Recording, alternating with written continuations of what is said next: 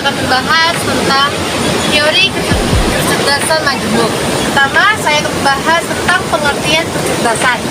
Jadi, kecerdasan adalah sebagai kemampuan mental umum untuk belajar dan menerapkan pengetahuan dalam memanipulasi lingkungan serta kemampuan untuk berpikir.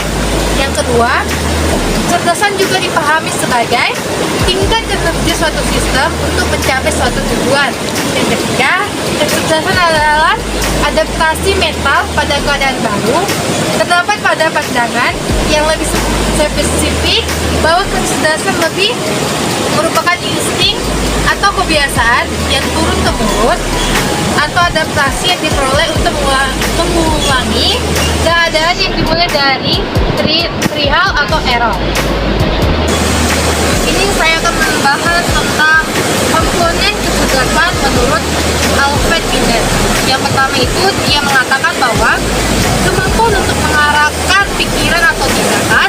Yang kedua, kemampuan untuk mengubah arah pikiran dan tindakan.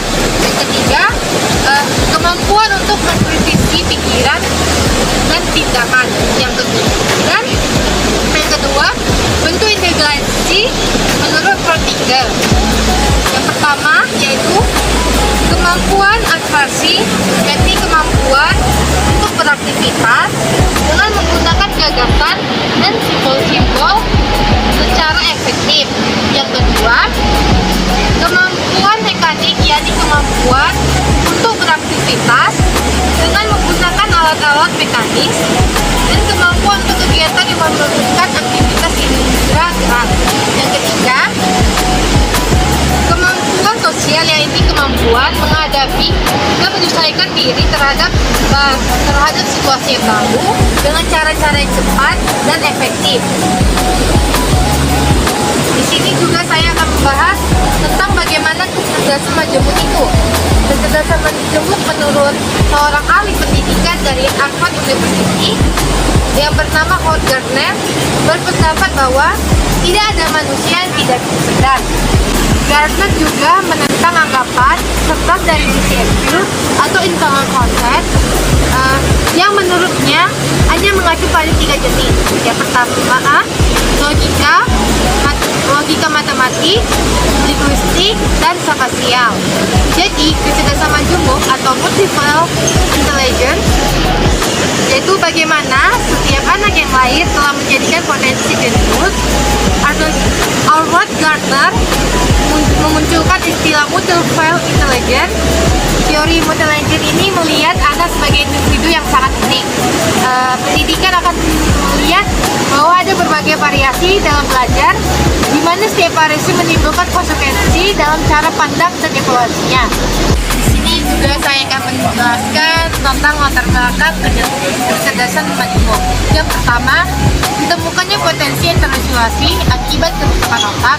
Itu berarti setiap kecerdasan memiliki sistem otak yang relatif atau otonom. Yang kedua, ditemukannya orang-orang jenius dan idiot smart. Ini berarti ada kecerdasan yang sangat tinggi, sementara kecerdasan lainnya hanya berfungsi pada tingkat rendah. Yang ketiga, ditentukannya riwayat perkembangan khusus dari kinerja, kondisi puncak batara kali yang lengkap. Yang keempat, ditemukannya bukti-bukti sejarah dan kenyataan logis evolusioner. Hal ini berarti kecerdasan ada pada setiap kurun waktu, meskipun peran dari setiap kecerdasan itu tidak sama.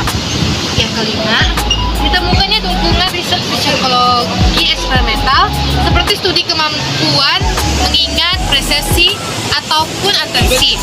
Yang keenam, ditemukannya cara kerja dasar yang teridentifikasi.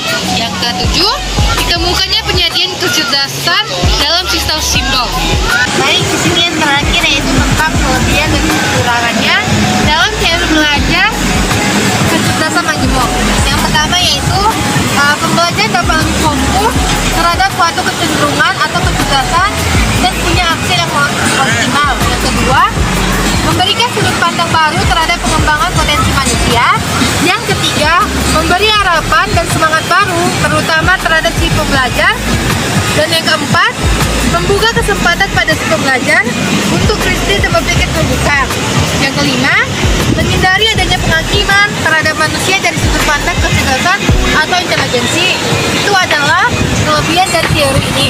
Dan yang kelemahannya yaitu satu, memiliki kontroversi terutama dalam pandangan ahli psikologi tradisional, antara lain mencampur adukan kompetensi kecerdasan, keterampilan, dan bakat.